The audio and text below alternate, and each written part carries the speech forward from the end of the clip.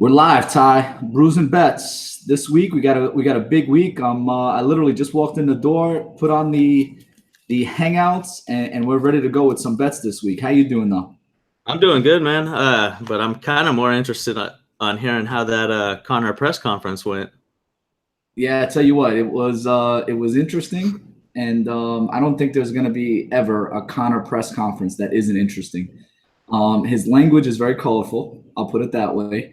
He walked up. I mean, I don't know if you watched the whole thing, but he basically walked up to the stage and pulled out his, he had his bottle of whiskey, the big bottle. And then he thought that they were going to confiscate the big bottle. So he actually had like a flask size bottle in his jacket as he walked on stage, which was absolutely, hilarious. So he pours 3 glasses, gives himself a glass, gives Dana a glass. Dana, I think, took 1 sip and Connor finished it.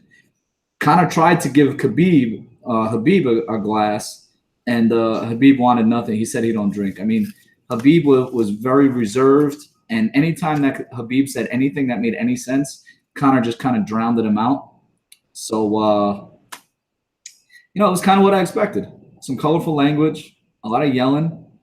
I'm looking forward to the fight. What'd you think? Did you get to watch any of it? Yeah, so actually them showing up about 37 minutes late actually worked in my favor. I was on my way home from work and wasn't sure if I was going to get home in time to catch it. And right when I walked in the door, I put it on, and Connor and Dana were first walking out. Yeah, it was actually really cool. And if anybody gets to see the piece that they did on Matt Hughes, they're doing 25 like little short films. I don't think the film was more than like maybe 7 or 8 minutes. But the one on Matt Hughes, I mean, it was a little bit emotional. You know what I mean? To see somebody go through that. Was that the one that they were playing right before the guys came out? Yeah, they played that right before he got hit by a truck.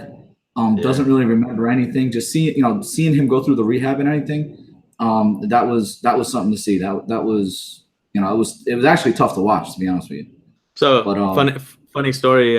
The first UFC fight that I ever went to was down in LA at the Staples Center. It was the Royce Gracie versus Matt Hughes fight. Right. So I kind of want to check out that short film just because kind of got an emotional connection with him in his career.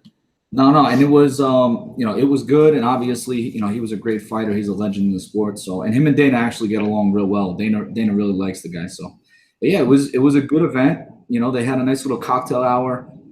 After the event, I wound up going downstairs, getting a beer, getting some cocktails with some of the other guys. Ariel Helwani was there. Chuck Mindenhall was actually sitting right next to me. The guys from the Connors guys, Mac Life. The guys from Mac Life were actually filming right next to me.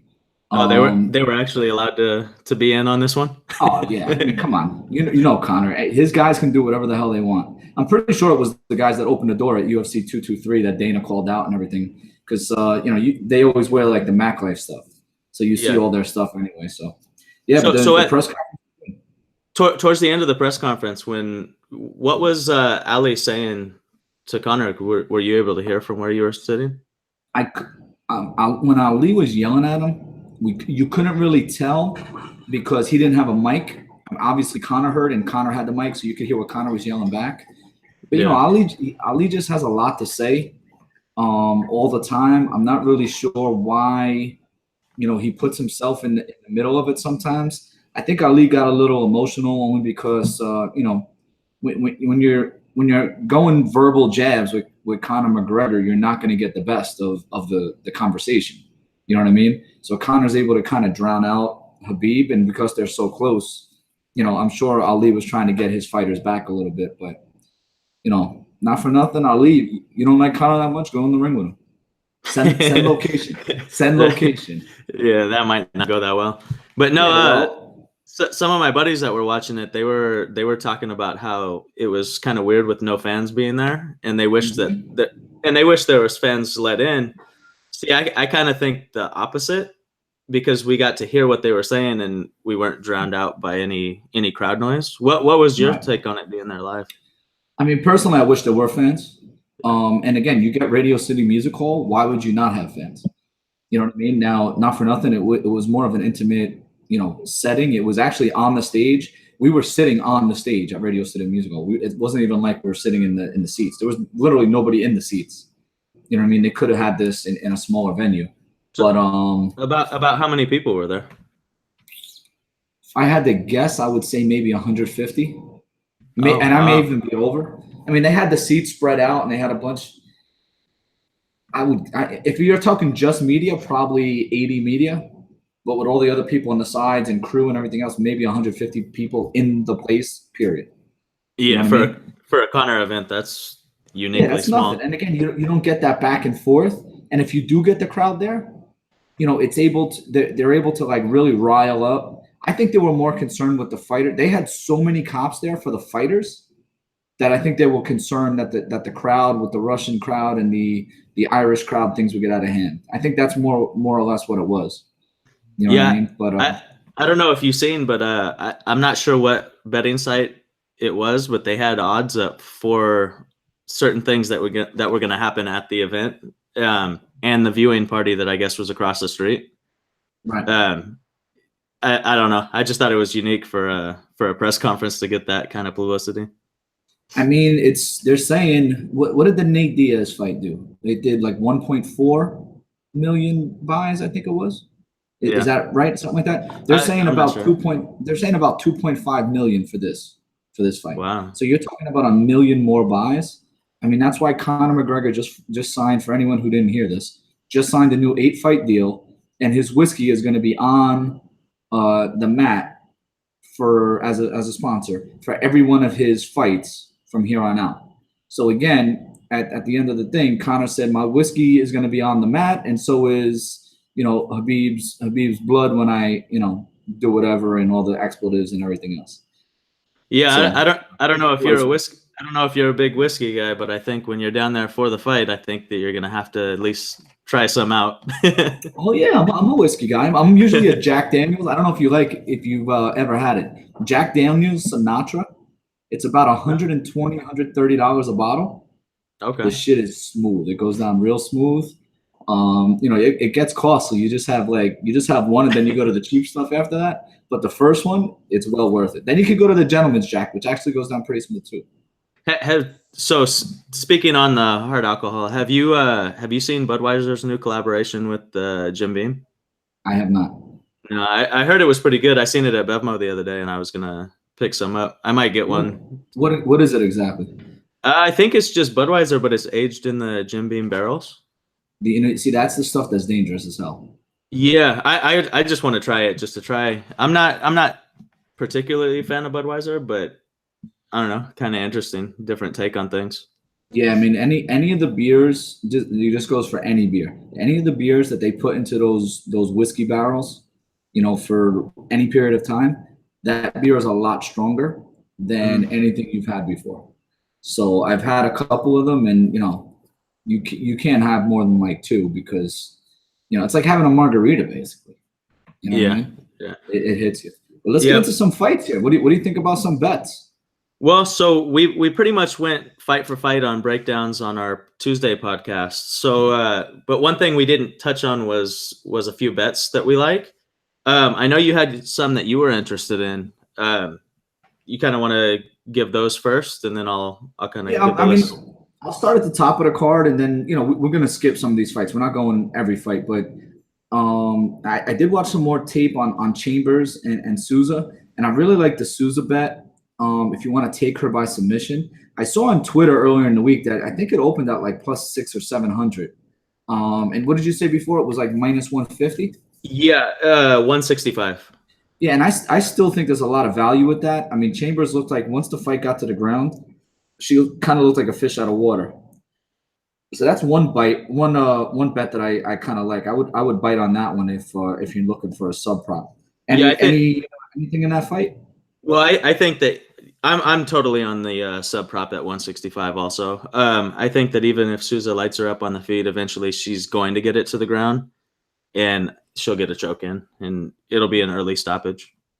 And I'll tell you what, I don't know how Zaleski, just going to that second fight, I don't know how Zaleski wins this fight, but I really do like him to finish this fight. This guy, Valdramini, I believe is how you say his name. He usually fights at 155. He's coming up to 170, and he's like 22 years old. He's just there. There's levels to this game, and he's not on Zaleski's level, in my opinion, at all. So I like doesn't go to decision. I like maybe Zaleski inside the distance. Is minus 165. I like that bet. The over under, again, Zaleski isn't a guy who just goes out and starches people. So even though he's minus 850 right now, he doesn't fight that way. But I wouldn't mind going Zaleski inside the distance at minus 165. On that one, like I said on the Tuesday podcast, I think Vendramini is one of my value plays that I'm going to be using on DraftKings. So I'm not going to touch that line personally. I don't think that he's worth a bet on, but he's one that I'm watching. I think he might be an interesting prospect. He is coming up in weight, so he will have a disadvantage, but he has a lot of tools to win that fight. Whether he can, I'm not really sure, and I'm not willing to lay money on it, but I'm not going to bet against him on the same time. Okay, so we're 2 fights in, already one disagreement, which I said before we started this. I kind of like that. I like the back and forth. You like anything Letes Lombard? Staying away from that one? No, I'm not touching that one.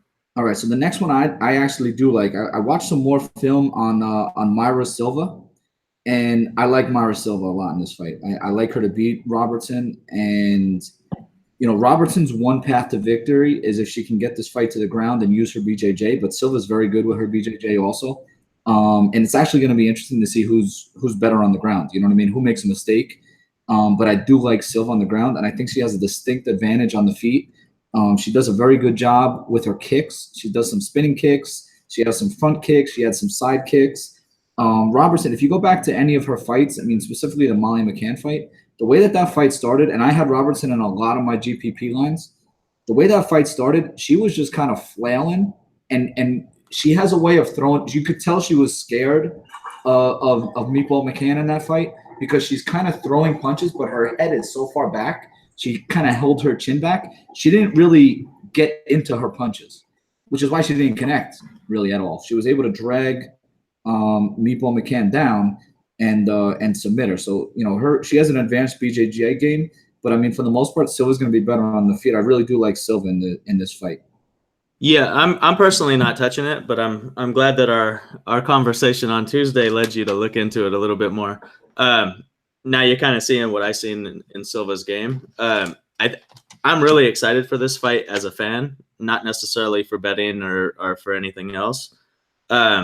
This is the kind of game that I like. It's going to be back and forth grappling. Eventually, it is going to end up on the ground, and that's when it's going to get exciting. But Silva does have the advantage on her feet, and she could do some damage there. But ultimately, I'm just interested on who's going to have the advantage once it goes to the ground and how they're going to set up different things. Yeah, and honestly, I really don't know. I don't know who's going to have the advantage. I just think that it's more or less like a pick'em fight, and Bueno's going to have the advantage on the feet. So at plus 130, I kind of like that value. I agree, and whoever walks away the winner from this, I think they have a good future looking forward. It's going to propel them up the rankings. And I'll even go a step further. If you want a great line to play, if you like to play the props, Bueno wins by decision is plus 485.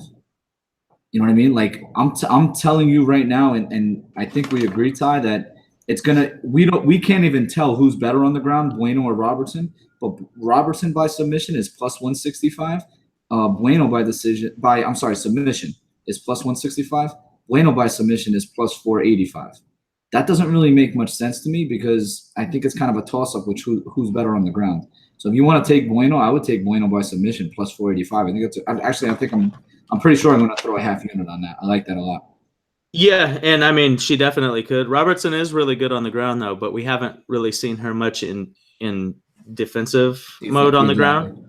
And so we don't really know what she has to offer. So, I mean, at that price, it's definitely worth throwing a little bit on it. And if we get into this next fight, Ben Saunders and Sergio Moraes, the other day we kind of screwed up the chat. We said we were going to pay attention to it, and then we wound up not following the right chat. We actually have a message. Gamer Wolf it seems Ben Saunders is getting pumped up for the Fight Night 137, according to his social media account. And again, he can get pumped up all he wants, but the fact is, in the last 3 fights, he's been leveled twice, and the only fight he won was against Ellenberger, who's basically a shell of himself, right? Like he left his didn't he leave his gloves in the ring after the last fight and retired in Nebraska? So that was Ben Saunders' only win in his last 3 fights. He's getting older. I mean, Moraes is older too, but I don't really trust Ben Saunders. I don't know how you feel about it. I was going to say the exact same thing that you said. He could get fired up all he wants. It doesn't really make a difference in this fight.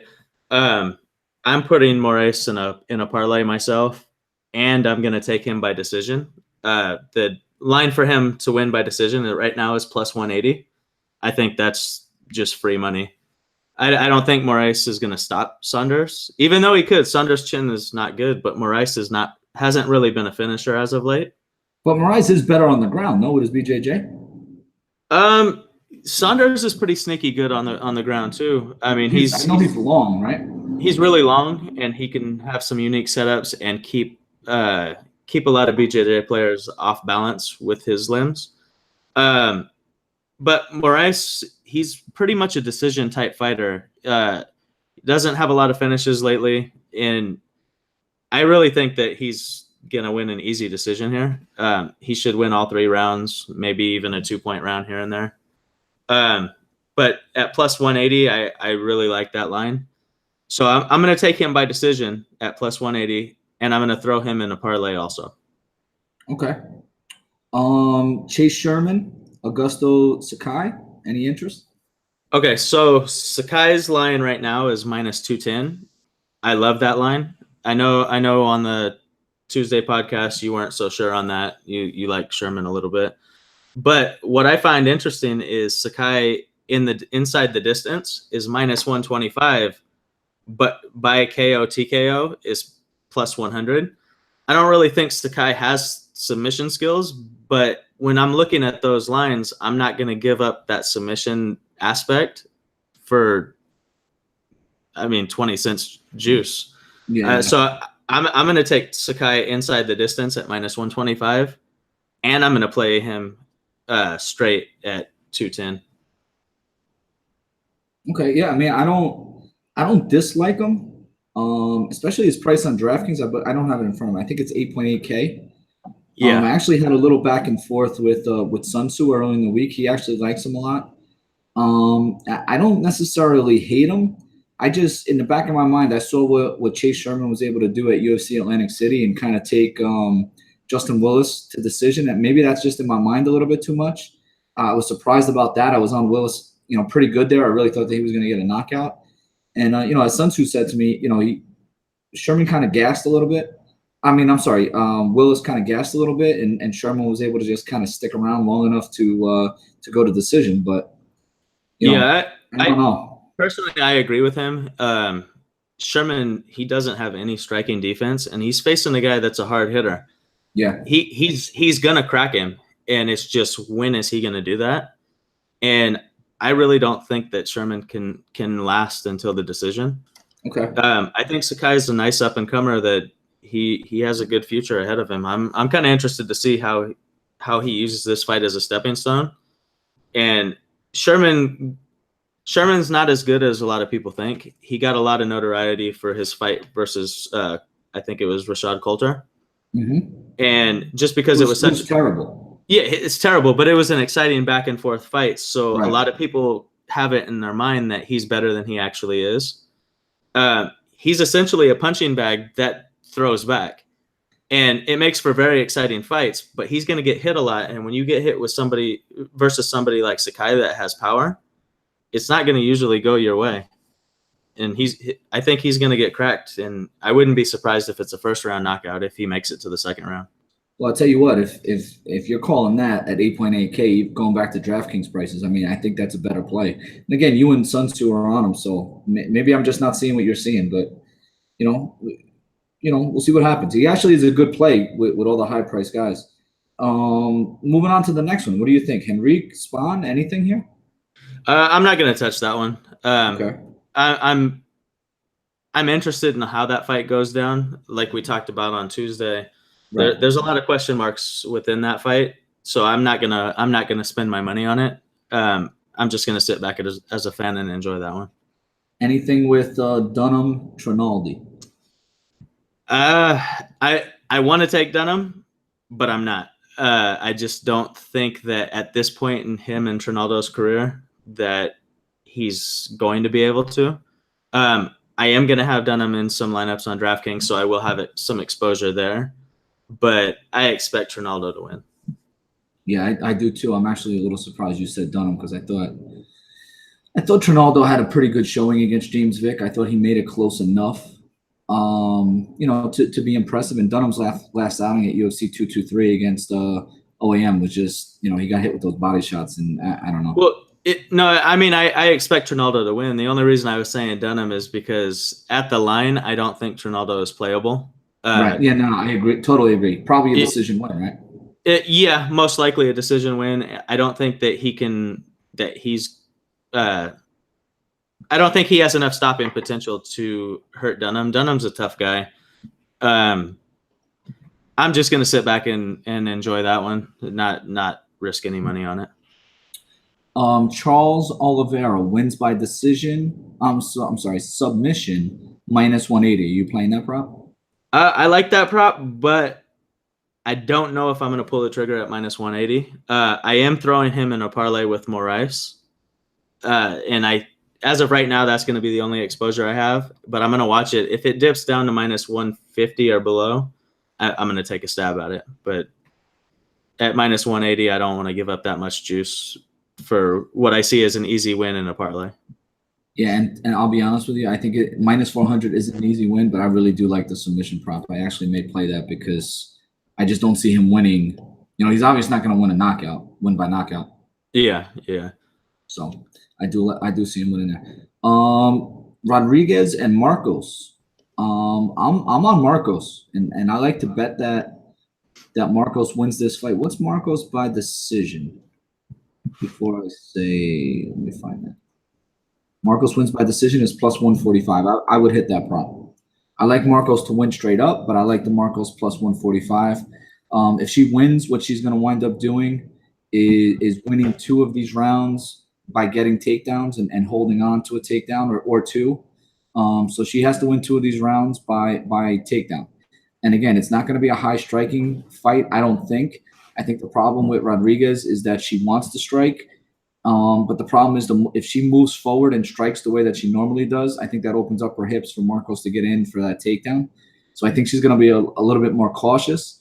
And again, Marcos, for what it's worth, she has that reputation of like win a fight, lose a fight, win a fight, lose a fight, and she's up for a win. So even if you want to play the narrative, you can play that narrative. The other part of the narrative is Rodriguez could win a sneaky decision in Brazil, being the hometown favorite. So there's a lot of narratives in this fight, but I do like Marcos to win 2 of these 3 rounds, getting 2 takedowns at least, maybe 3, 4, and winning this fight. But Ty, we kind of talked about it off air. You want to add anything there?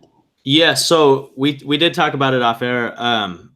I wasn't going to touch this fight, but you're kind of talking me into Marcos here, and I don't know if I'm going to pull the trigger on it, but I'm definitely leaning her way now because I do see what you see. I just don't really like Marcos as a fighter, and so But you're pretty consistent. The one thing about fighting, if you're consistent, then we can kind of play that consistency, and she's going to chase the takedown, right? I mean, I think she's been consistent in doing that. Yeah, and that's her path to victory, and right. So if she can execute it, she will get a decision, and I think that what has me not wanting to pull the trigger on a bet is because I don't think that she's that good a fighter. She finds a lot of ways to lose fights when she should be in them. But then there's also times where she's kind of sneaky with it, where she's in fights that she should be getting blown out in. And so I think that my perception of her is kind of messed up because of how I feel about her fighting. And so clearing my mind of that and kind of seeing what you said, I'm starting to lean towards her. And I don't know if it's enough to pull the trigger on a bet, but I do agree with you that she's going to get a decision. And Ty, on that note, again, this is the Brews and Bets podcast. So I just finished my beer. So as I set you up for the next fight, Renan Barao and Ewell. I don't know if you have a bet on that, but I'm going to go grab another beer. So feel free to introduce the next fight if you're not. Okay, so with this fight with Renan Barao, he's kind of hit a lull in his career since the whole USADA came into play. I think Ewell has a legit shot in this bout. He's a long fighter. He has some sneaky submission skills. I don't know if I'm necessarily playing a bet on it, but I don't know. I think I'm going to use Ewell as a sneaky play as an underdog on DraftKings, but I just don't know if I have enough faith in him to actually put money down on him. I don't really like the line where it is right now. I think it's pretty close to even, where it opened up at I think it was opened up around plus 200-ish, and it's sitting around even now. How do you feel about this fight? I really don't know how to feel. I don't. The other day I kind of liked Ewell. Earlier in the week, this is basically why I liked Ewell, just so that everybody kind of understands my mindset, because I think it's come into focus throughout the week. Earlier in the week, I was on Pedersoli, and I was thinking, throw him into my cash lineup as a punt, and then I would be able to fit other guys in. I tried to do that. I didn't really like my lineup. So then I got away from Pedersoli, and I went to Ewell and did more of a mid-tier lineup. And then I was able to get myself onto people like Marcos in my cash lineup, Bueno in my cash lineup, who I kind of like. So that was one thing. But then I'm watching more film on Ewell, and I just don't think he's that good. He's going to have a little bit of a reach and height advantage. But you're talking about Barao, who's probably better on the ground, and I just don't know how good he is. So then right now what I'm thinking of, I'm kind of thinking of putting Anders in my cash lineup. It's a little risky because that fight's going to finish, but I kind of like Anders to play his defensive counter-punching strategy. And again, we'll get into that fight. But I kind of see Santos pushing the pace, and Santos kind of gassed last time against Kevin Holland. You know what I mean? But we'll get into that fight. But that's kind of where my head is right now. I'm not sure on Ewell, to answer your question. When we get into that fight, remind me, because I have a suggestion that okay. I want you to play around with and see how your cash lineups look in regards to that fight. But we'll talk about that when we get there. All right, yeah, we could do that. What the hell just happened? All right, they just changed the line. I'm looking at it, and the line changed as I'm looking at it, and it flipped 2 fights. Yeah, so I mean, that's where I'm at with that. How about Sam Alvey, Nogueira? What are you thinking about that fight? Anything? So I'm actually, so I said earlier that I was going to play the parlay with Moraes and Oliveira. I'm going to throw Alvey in there too. I think those are 3 locks that if you parlay those, you're gonna make some profit. Are you talking Alvey by KO, or you think no, in terms of the parlay, I'm just gonna play it straight. I'm just gonna play Alvey, Moraes, and Oliveira. It should be right around a little bit over even money, which is not ideal for a parlay, but I think those are 3 locks that you can at least guarantee yourself some profit right there. Okay. I'm kind of shocked. Alvey by KO, TKO is -110. I mean, Nogueira, basically gassed out his last fight. I know it was a different circumstance. He had to put up with the wrestling, but for the most part, I mean, this is 2 years later. He's 42 years old now. No, and I totally agree with that. But for Alvey's a counterpuncher, so is Nogueira, and usually when 2 counterpunchers get in there together, if neither one is going to be aggressive, it's going to be a slow, boring fight that, yeah, Alvey can clip him, but am I confident enough that Alvey is going to come forward and throw that punch to knock him out? Not really. Whereas I could lock Alvey in that parlay, and I think he's going to win, no doubt. So pairing him with Moraes and Oliveira, that's kind of my strategy with playing a parlay. It's 3 guys that are favorites, but I can match those 3 guys up, and those are the 3 that I'm most confident winning on the card. And right. I could lock in some profits. Whereas by KO, yeah, I might make a little more on it, but is he really going to land that punch? I'm not confident enough to throw that one in there to ruin that parlay potentially. I hate to say that I totally agree, but I 100%. I would want to disagree with you at some point. You're always disagreeing with me. I want to disagree with you, but I totally do totally do agree with that one. How about Alex Oliveira and Carlo Pedersoli? Anything earlier in the week? I was on Pedersoli, and I'll be honest with you, why I came off him when I saw Oliveira. I rewatched the fight versus Medeiros. And Medeiros actually won that fight because Oliveira threw everything, including the kitchen sink, at him for that first 2 rounds. And Medeiros dropped Oliveira early in the fight. Oliveira got up and just like attacked him for the next 8 minutes of that fight. I was kind of shocked that he didn't get him out of there. And because he didn't get him out of there, Medeiros was able to knock him out and finish the fight. But I don't know if Pedersoli is going to be able to deal with that forward pressure. Again, as a punt play, I guess it wouldn't be the worst thing in the world if you can deal with him for a round or two because you're getting all those savings. But that was my concern. That's why I kind of got off of it. Yeah. So with that fight right there, I'm not going to lay any money on it. I am going to put Cowboy Oliveira on DraftKings lineups, but in terms of betting, I'm not going to just because of the way that the line is. I think it's like minus 450-ish right now, somewhere around that range. And so I was looking for props, but I'm not confident on how Cowboy's going to finish it or if he's going to take him to a decision. So I don't really want to put money down on that. I might throw him in that parlay with the other Oliveira, Alvey, and Moraes, but right now I'm not. I kind of want to just see the line movement and see how it is because I do feel confident in him winning, but I'm just not sure how he's going to win. Right. No, I agree. I agree with that. So here we go. We get to the main event, and you said you kind of have a little bit of a hot take here. Santos and Anders. So I think there's a lot of wild cards to this fight too. I think you agree with me there. Just the whole idea that these two guys, and I'm sorry to cut you off, but these two guys usually fight at 185. They're fighting at 205, and it came out this week that I think we talked about it the other day, and I said when Anders was in college, he was about 240, 245. He claimed in an interview that he walks around at about 230. So this isn't that big of a cut for him to get to 205, but to get to 185, that's a huge cut. And it could also have something to do with the fact that, he doesn't perform as well as we kind of think he should. Well, I think there was an interview posted with MMAfighting.com earlier today. I think it was either today or late yesterday.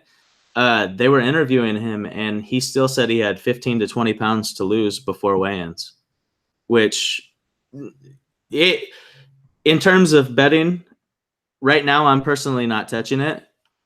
In terms of DraftKings play, I'm on Santos, but I'm going to have mixed exposure. I'm a GPP player. I'm not a cash game player. Right. So I'm going to have shares of both of them. And I think on the podcast on Tuesday, I said I'm going to have Santos on about 50% and Anders on 40%. Now hearing that 2 days out that he's 15 to 20 pounds away from the limit, I'm not even gonna make any lineups in regards to those two without seeing him at the weigh-ins, because if he's completely drained on the weigh-ins, I'm gonna have a lot more Santos and a lot less of him. The one thing that I was suggesting, I know a lot of the higher level cash game players, one of their strategies for mixed martial arts is 5-round fights, 5-round main events. They usually take both of those guys in the main event and then stack up the rest of their team. So that way, if you get 4 guys that can win, throughout the card, you're guaranteed a winner in the main event. And I just know a lot of people that I actually respect in the industry. They do that. And so I kind of want to use this card to at least play around with some teams and see what you like on there. And because I think this is the perfect fight to do it, because somebody's getting knocked out. So you're going to get a high level points from one of these guys. And really in cash games, you don't want to be on the wrong side of that. Now, let me ask you this, Todd, because again, I'm more of a cash game player. You're more of a GPP guy, which is kind of makes for a good back and forth in two different perspectives. Because again, we're going to be on the quant edge, and I think we're going to do a little podcast next week and just kind of talk about our strategies and what the differences are from cash to GPP. But for cash, if everybody's interested, I kind of want to talk the Bellator fights next week. They're here and right down the street, but like an hour away with traffic. From me, and I might actually head out to the fights myself. So I kind of want to just talk about that when we do a podcast, maybe a short one. Talk about strategy. Next week we could do a Brews and Bets for Bellator. Yeah. You know what I mean? But I mean specifically for cash lineups, in my opinion, this isn't the main event that you put in a cash lineup, that you stack in a cash lineup. And the reason you don't really want to stack it is because Santos is going to bring the pressure. Anders is going to counter. But Anders isn't a high scorer unless he gets the knockout. And I think what you want to look for is there any chance that you want to stack that main event if you can get anywhere from like 130 to 140 points? If you can get that number, I think that's what you stack. You know what I mean? And, I throw out the fight that I stacked, and CG actually recommended it. But if you look at some of the female fights, especially the female fights at 115 pounds, they don't knock each other out usually. They may sub each other, but again, you kind of know that in tape study. Mm-hmm. But the thing that we've noticed with the female fights is that all of their strikes are significant strikes. For whatever it's worth, in a female fight, you look at the fight metrics after the fight, and they'll have, maybe 130 strikes. And 90 or to 100 are significant. Whereas in most of the guys' fights, you'll see guys that throw 120 strikes and only like 50 to 70 are significant.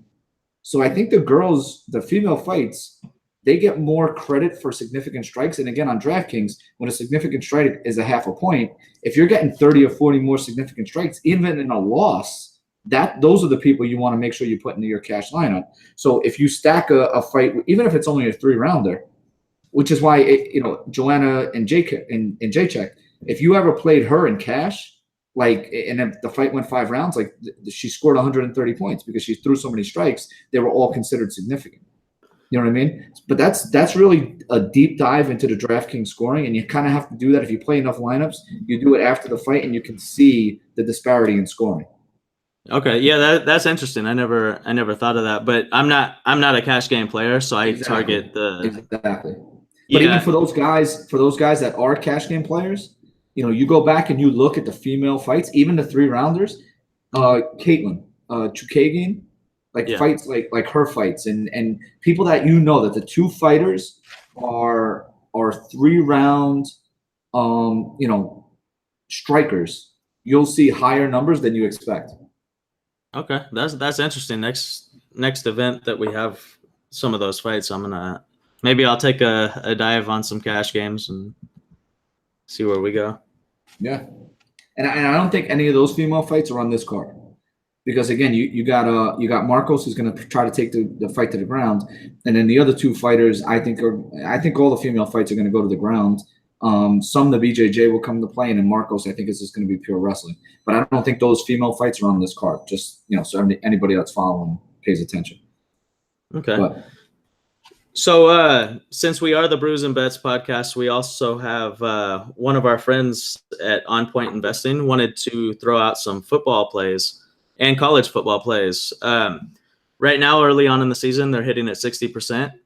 So you guys could follow them at On Point Investing on Twitter. For Saturday's games for college football, they like Florida Atlantic at plus 14, Louisiana Tech at plus 21, and University of Kentucky at plus 10. Then for the football on Sunday, they like the Saints at plus 3, the Bengals at -3, and the 49ers at plus 7. So go ahead and give them a follow at On Point Investing on Twitter, and give them some feedback and what you'd like to see from them. You know what? You were going a little bit too fast for me. I was gonna start typing them in, and I actually typed in a bunch of the bets that we talked about, but and I put it in the group chat. So if anybody wants to go to the group chat, they can see those bets. But maybe I'll get them from you after we finish the pod, and I'll throw them in the breakdown for the fights. You know what I mean? Just so that people can read them. Yeah, I'll send those over to you. And then one other thing, at TQE, the Quant Edge, we negotiated to get you guys 25% off the MMA package for the first month if you sign up using the code Brews by October 1st. So going into the Connor card, our Tuesday podcast and DraftKings breakdown is gonna be exclusively on the Quant Edge. So if you sign up using our code Brews, I think it's all in capitals. I'm not sure if the capitalization matters, but we'll get you 25% off the first month. Or if you want to commit to a year of mixed martial arts, we'll win you a lot of money and save you 25% in the process. Yeah, and I think one of the things that everybody should know, we usually put that podcast on a Tuesday. We're going to try to go at least another day or two before we put out the DraftKings breakdown, just to get some more tape study. One of the things that I've always wanted to do with the Jersey Boys, and that's kind of where I got my start, is I wanted to be the first DraftKings podcast out every week. And obviously at this point, now that we have this deal and it's exclusive, we don't need to do that. We're not looking for followers. Obviously we're just looking for subs. We're looking to help the people that believe in us, basically. So I think with more tape study, the podcast will be a little crisper. And give it some more time, even give the lines some more time to see if there's any line value that comes out also. And one of the other things, I will be in Vegas for that card. So I'm actually traveling out there on Tuesday. So don't expect to see it Tuesday. Yeah, that just ain't happening. So Ty, anything else before we wrap this up? So our free roll that was on Thrive Fantasy, I actually took 4th place in it. I believe the Todd took down 1st and 2nd place, and so congratulations. If you use the code Brews to sign up, still, if you deposit $10, they give you a free $10 on top of that. So go check them out. Gives you something to do after the fights on Sundays. I actually didn't even get into it just because of I was away in Pennsylvania at that wedding, so I wound up I didn't even have time to do anything. Yeah, it looks like you had a great time anyway, though. Yeah, I was a little loaded last Saturday night. I can't lie. Kind of took the sting off Triple G losing in our debate. Yeah, and I've lost 2 bets in a row to you, so I got to throw you some money in your PayPal or something real soon. So, all right, I'm gonna sign us off there. By all means, make sure you sign up for the Quant Edge. We're gonna have some good content. My free article is out this week. Ty, did you put you're writing your free article tonight, right? You sending it out tomorrow? I'm gonna write it up tomorrow after I check out the weigh-ins. So it should be up either tomorrow afternoon or first thing Saturday morning. Yeah, depending on when they get up. Yeah, so Ty's article will be out. Both of our podcasts are free this week, and my article is already out, and it's actually on the Quant Edge. So anybody can actually access it on the Quant Edge because it's free on the Quant Edge site. All right, so signing off, Ty. I'll talk to you later, and I guess we'll have to reconvene next week for that Bellator card. All right, sounds good, man.